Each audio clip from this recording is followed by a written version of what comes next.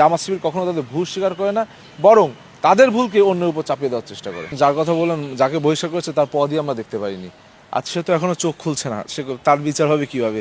এখন আমরা পত্রিকায় দেখছি সে নাকি এখনো চোখ খুলতে পারছে না, সে গ্রেফতার কথা শুনে চোখ খুলছে না। আর তার থেকে বড় একটি ন্যাক্কারজনক বিষয়, গতকাল সংসদে একজন জামাতের এমপি তিনি বলেছেন একটা ছোটোখাটো কোনো কাজ করেছে, একটা নর্মাল কাজ করেছে, অর্থাৎ এই বিষয়গুলোকে তারা ইজিয়ার করতে চায়। কিন্তু আমরা দেখছি যে এই বিষয়গুলো কিন্তু এত ইজি বিষয় না। কিন্তু আপনার কোনো অন্যায় করলে সে অন্যায়কে ইজিয়ার করার যে প্রবণতা, আপনি একটি অন্যায় করলে সে অন্যায়কে মেনে নিতে হয় যে হ্যাঁ ভাই আমার এটা অন্যায় হয়েছে। মানুষ ভুল করে, ভুল থেকে মানুষ শিক্ষা নেয়। ভুল করলে যে তাকে মেরে ফেলতে হবে বিষয়টা এমন না, তাকে একটি আইনানুগভাবে তাকে একটি সংশোধন করে আবার কিন্তু তাকে পূর্বের জায়গায় ফেরত নেওয়া যায়। কিন্তু আমি দেখছি জামাত শিবির কখনো তাদের ভুল স্বীকার করে না, বরং তাদের ভুলকে অন্যের উপর চাপিয়ে দেওয়ার চেষ্টা করে।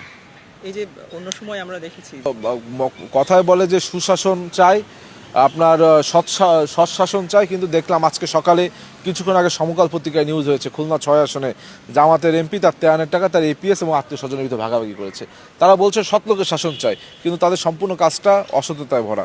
তারা বলছে তারা বিভিন্ন ন্যায় নীতির কথা বলে, কিন্তু তাদের যখনই আমরা দেখি রেগুলার পেপার পত্রিকা তাদের অন্যায়ের যে ইতিহাস, সে অন্যায়ের ইতিহাস বেরোচ্ছে। সুতরাং আমরা বলবো আমরা মুখে এক কাজে আর এক, তখন এটা মুনাফিকি চরিত্র হয়ে যায়।